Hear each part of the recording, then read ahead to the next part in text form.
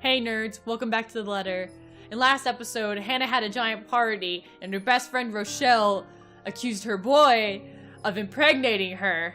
So, some shit went down last time, so let's see what drama unfolds this episode.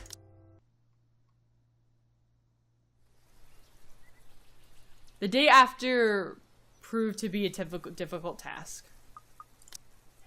This pops up every time.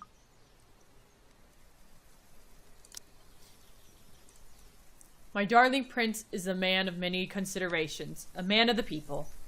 He is always talking to one person or another. And I am always left alone, unable to stay at his side at all times. It is frustrating, but I have to be understanding. Besides, I do not see why he can't just stay at home. The least I can do is make sure I have his time while he's here, which in itself isn't as easy as it sounds. Not with that bloody valet of his tailing him around. Johans! Where's my tie? I can't find it anywhere. Have you looked around your neck? It should be there if it's not on your clothes horse, sir. It isn't often that I'm awake this early, at least early enough to find my darling preparing for his day with his valet attending to him. It is an old-fashioned way to go about the morning. He's able to dress himself after all. But he says that it really makes the day easier for him to have someone else do his tedious task with a grimace. Though if many manservant of his dislikes the duty so much, I'll gladly do it with him instead. I've got it, my prince. Come here. Well, someone's up and at them especially early this morning, huh? Here I thought you'd be knackered by all the dancing we did last night at the party. And after that, well... Whoa! A saucy little wink and a smile is what he offers me as I draw close to fix his tie. And when the valet reaches out with his perfume, I quickly take it and shoo him aside. This close. His scent fills me with the smell of white flowers, cocoa, cardamom, and almonds. It is intoxicating. And the sight of the two of us in the vanity mirror is a picture of perfect. Can I help it if I feel a bit resentful that any other person gets to do this with Luke every morning when I could have done it myself? No, it can't. You're dismissed, Shroken. I have this. Go on then. You'll be summoned if you're needed. There's a curious look, furrowed brows, before any sign that he cares is wiped from his expression. Very well. If you need me, I'll be somewhere that isn't here. You could have let the man do his job. And I say there's no need for him. I can take care of you just fine, my prince. Just where are you off to this morning anyway? I hate the thought of him leaving. It feels like an eternity without him here, in this loneliness place that doesn't feel like home quite yet. Although the mansion is really growing on me, slowly but surely.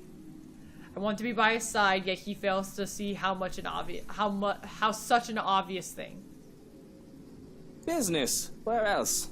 Why can't you just work from home? You can afford to, can't you?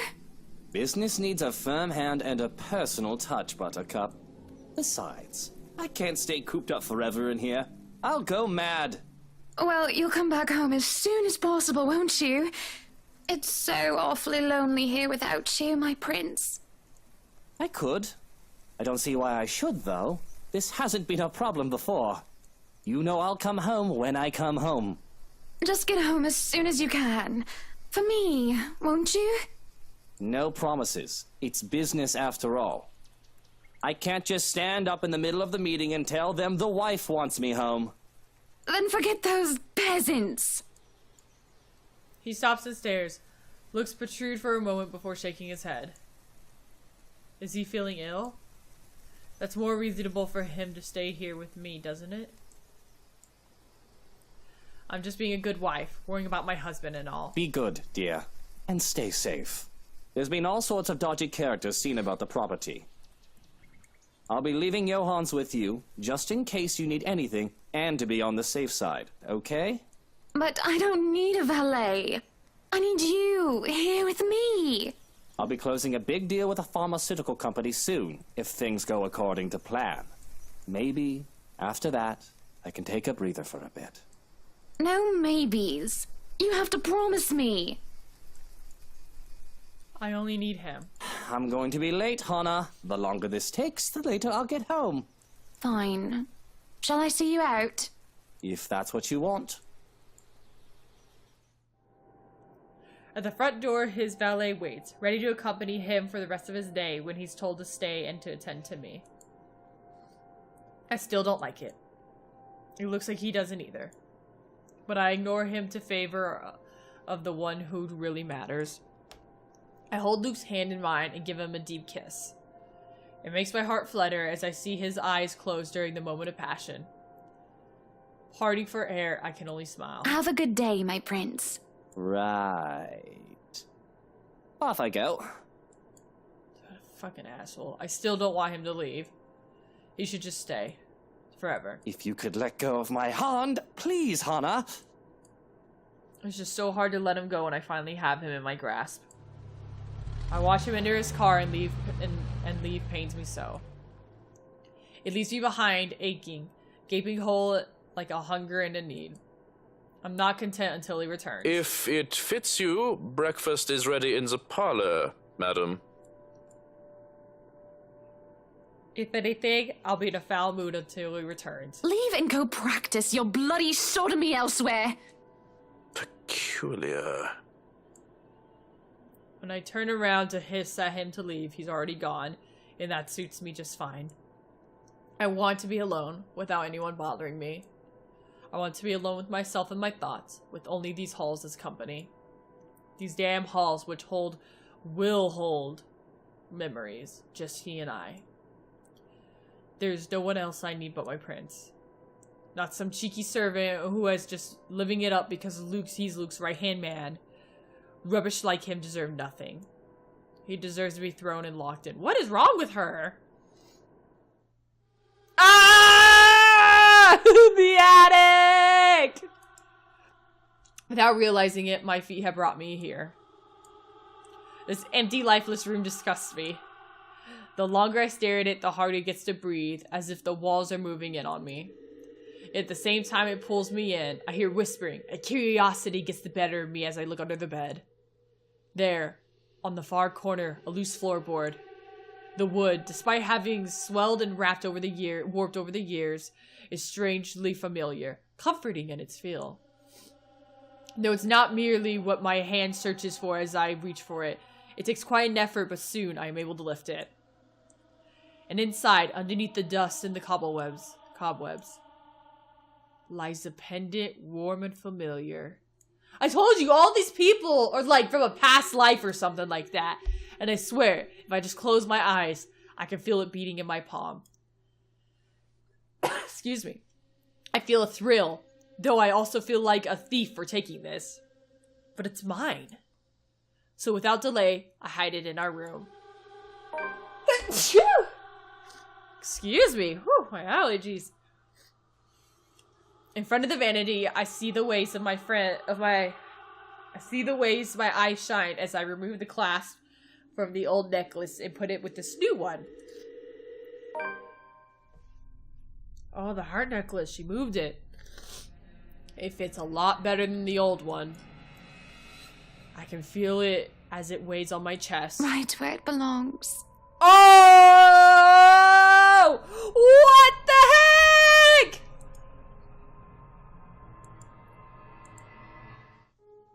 Oh no!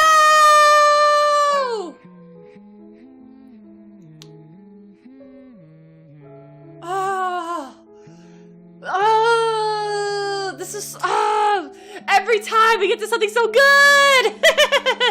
Okay, well that was really short, so I'll continue on with Zachary for this day. So here we go, Zachary's point of view. The pleasant aroma hits me long before I cross the threshold. Faint, but light and warm, a reminder of what home is. Pa's stern, but commending gaze, Ma's tender smile. The sunlight filtering through the eaves in the morning.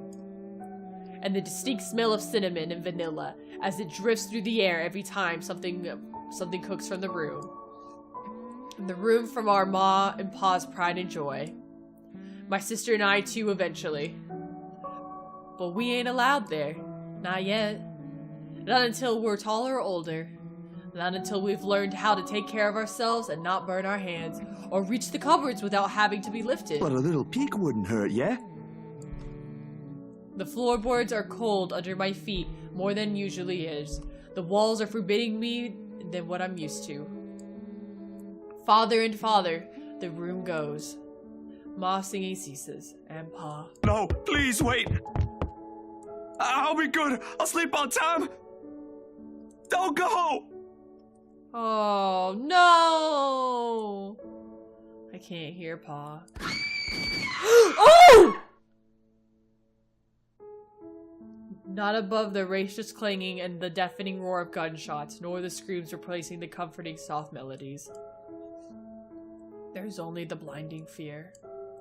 When my foot slips, the red sea that catches me is bitter and frigid, but the blood that drips in my hands is warm. Warm. And it ain't my blood. The walls tumble and everything goes quiet. Oh my! That's sad! It takes a few moments for everything to fall into place, for my eyes to adjust to the relative darkness of the room. Despite the pleasant chill the AC brings, my shirt is clinging tightly to me, and my blanket a tangled mess around my throat. Way too whoops. early for this thing, man. Too long. Too long since the last I've woken up drenched in my own sweat, head littered with thoughts that are gone as soon as my eyes open. All too often, only imprints and brief images are left to haunt me for the rest of the days, or until my mind forgets about it. Egged? Yeah, egged? Whichever comes first. Yet, vivid or not, what little I can remember does not matter. Regardless, the desperation sticks, clawing up, pushing, urging me to relive every moment. Every sensation, and... There's a twinkle in Ma's eyes when she looks up from her work, flour dusting from her nose and cheeks. The scent of freshly baked bread wafts from the oven as soon as Pa opens it, and the homely fragrance of honey fills the room.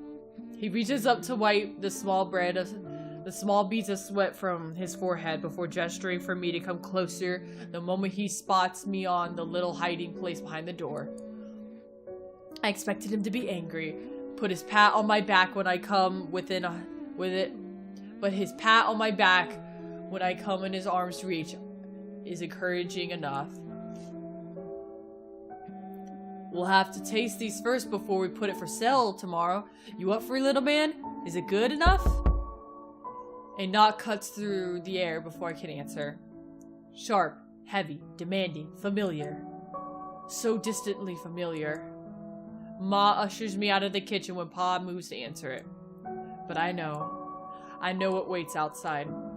The taste of blood in my mouth sends an unpleasant churning in my gut. Ma's apron crinkles under my tight grip. Something snaps me back into place. My bed remains in utter disarray.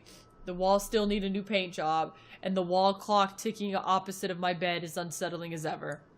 Ash is right. I should have already replaced that when I had the chance. You're no longer there, Zachary. Here and there are miles apart. Calm down. Breathe. The pressure of my own fingers against my temple is a welcome sensation over the anxiety gripping me. It never really did anything to stave off the headache sure to follow after this, but it grounds me. A little reminder that I am safe, away from the place I once called home, and from Ma and Pa's. The urgencies with each rap that follows finally chases away the ghost threatening to hang around. Why anyone thinks it's a good idea to knock on somebody's door this late confuses me. Nana will chase them all the way to the bath with a broom if she was here. But no matter. It's a welcome break from the thoughts about to take a morbid turn if I left festering. It's probably just Ash anyway, looking for a fresh place to freeload or crash. Looking for a place to crash. Wonder of wonders why he's bothering with curiosity when he never did so before. Even with that hunch, though, habit compels me to check who it is first through the peephole. Better safe than sorry, they say. Except the person that greets me on the other side ain't him. Unless his hair grew long overnight and started wearing a ponytail, of course, which I highly doubt will happen any time, no matter how funny that makes his looks in my head. I wasted no time opening the latch. Isabella, it's late. Oh, here we go. Continuation. There's something I can't quite pinpoint in her eyes when she looks up. Her face is a pallid shade, shoulders tense, breathing heavy, and uncontrollable shaking in her hands she's trying to hold back. Hide, if I didn't know any better. Hey, Zach. Sorry, I know it's weird for me to show up at this hour, but you are the closest to my office, and... No, it's perfectly fine. I'm not really working on anything right now. Do you want to come in? Is it all right? I know you should... I'm sorry, I just thought... I always do that. I'm so sorry. I have no idea why I went here. My feet just moved on their own after I got out of the office, and... Sorry. She trails off and her voice is lost in a muggy night air. I wait for her to say no more, but instead her only response is a downward shift of her gaze, back to her still trembling hands, as if the motion alone is enough of explanation. In a minuscule gesture, easy to miss if one's not paying attention. But if for someone who has seen the same expression on the mirror, done the same thing too many times when night terrors are inevitable, it is not. Hey, don't worry about it. At least you not. Ash just barges in and crashes on the couch whenever he feels like it. I swear that guy is one fine hairline away from being a criminal. Besides, you already know you can count on me whenever.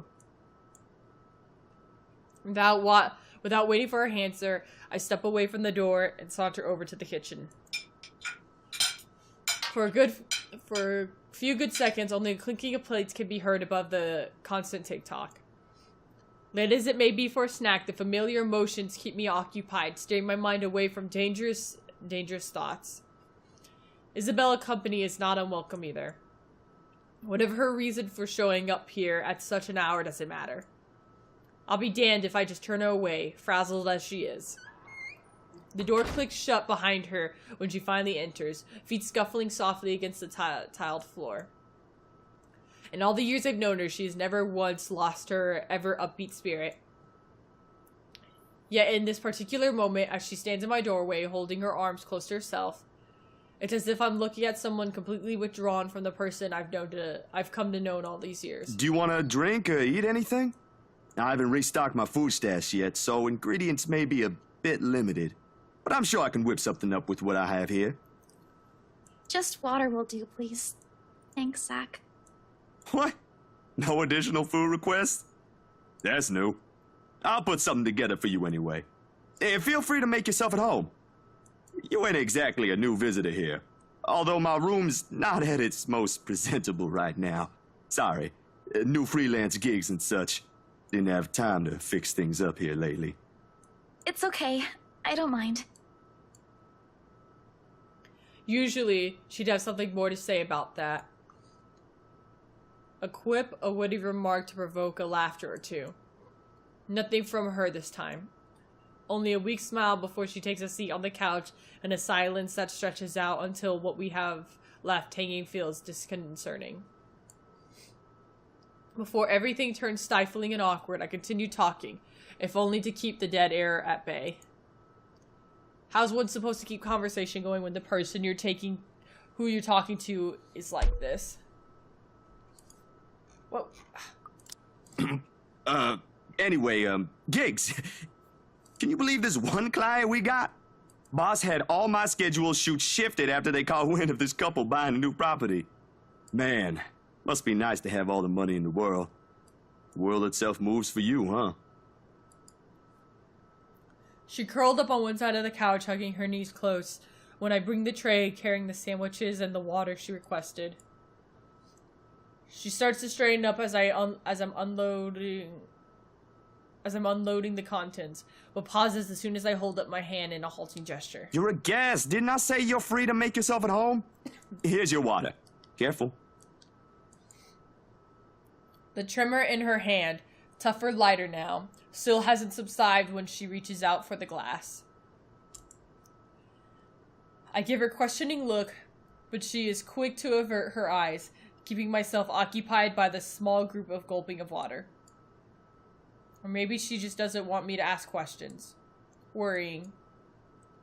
The sudden loss for words, this bout of quiet not normally present in our chats. Even the creaking of the old chair when I'm casually take the seat is a welcome break. Although the company's familiar, this has gone way past unnear. What happened? Overtime at work? She doesn't answer immediately. Another gulp drains her glass of its remaining contents.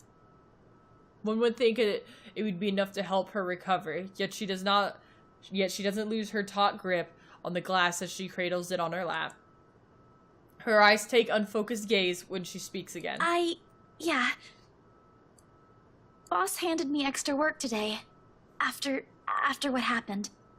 To Rose. Rose? Why do I feel like you've mentioned her before? Sorry, I'm better with remembering faces than names. She was my coworker. That will take some getting used to. I was just talking to her the other day. Was? Did she resign or something? I think I'm missing a few details here, Bella. You've never met her. I think I did mention her once or twice. It doesn't matter. You probably heard her name recently from the news than me. Something clicks then. A little memory from the night before. The bright red light from the dark room, the strong odor of the stop bath, and the television barely audible murmur in the background, and a glimpse of a bloody room. The news is everywhere, even in the morning that follows. I just didn't think its effect will strike someone this close to me. Oh. Damn. I didn't mean to bring that up. No, like I said, it'll take some getting used to, but it'll get better. I hope it will. Things might become a little busier for me, though. She left a lot of things unfinished, and I'm one of the few people in the office who knows how she works. Boss thinks the transition will be easier if I handle it. That explains it. Well, just don't forget you still need rest. Even the most hard-working people I know don't keep hours as late as this. Hell, the subway stopped running hours ago. Crime rate might be lower here than most places, but that doesn't mean you can walk around freely in the middle of the night. It's just for today. Still a good thing you dropped by here first. I'm not just about to let you walk out here alone, especially not in the middle of the night. Who knows what else could happen? I'm not saying you should go right now, but I could accompany you home if you... No! Wait, please! The vehement tension in her voice makes me pause, and it is in this instant that she's been keeping up falls apart, if only for a short while. Right then and there, I understood what she's hiding behind her unforced stare from the moment she arrived. Fear. Pure unadulterated fear. It's disturbing to see such marrying her usual upbeat contentance. With a sigh across the small distance separating us and kneel in front of her. She doesn't flinch when I do so. However, the way she appears to make herself smaller against the couch is telling enough. Bella, this ain't just about your coworker, is it? What is it really about? I'm all ears. The sound of glass shatter rents through the air as soon as her hold on it loosens. In the span of a few seconds, her breathing grows labored. I don't know anymore. She claps her hands over her ears, pressing it tightly against the sides of her head. Her voice grows weaker with each word, each plea coming out of her mouth. Please, please don't leave me alone. I don't want to be alone right now. I can't shake it off. Everywhere's not safe and... All right, Isabella. Look at me. Look at me. My hands are firm on her shoulders when I pull her up to look at me. It takes every force of will to ignore with terror in her eyes in favor of taking control of the situation. Too close, too similar. Breathe. Breathe. You're safe here. Inhale, hold, exhale. Stay in the present. I'm here. No one's gonna hurt you. Do you want to talk about it? The force which she shakes her head is enough response to drop the topic altogether. No more. Please. No more. I don't want... Okay, Isabella. He's in the loop too. You need to fucking tell him! I don't want to remember anymore. Okay, no more talking. I won't ask any more. Can I get you anything? Another glass of water? I think I have a tub of that pistachio ice cream you love so much. We're gonna have to clean this mess first. Will you be fine on your own for a little while? She nods slightly before retreating into herself again. No more words are exchanged after that. And I take that as my cue to start cleaning the shards littering the floor before either one of us get hurt. The quiet hum of the AC is pleasant distraction as I go over to the menial task. More so than her ragged draws under my breath for or my little feeble attempts to tell a quick story or two. But the latter does the trick. Soon enough, she already starts drifting off by the time I return with the promised glass of water, her chest rising and falling in the steady rhyme, the strain of her shoulders gone.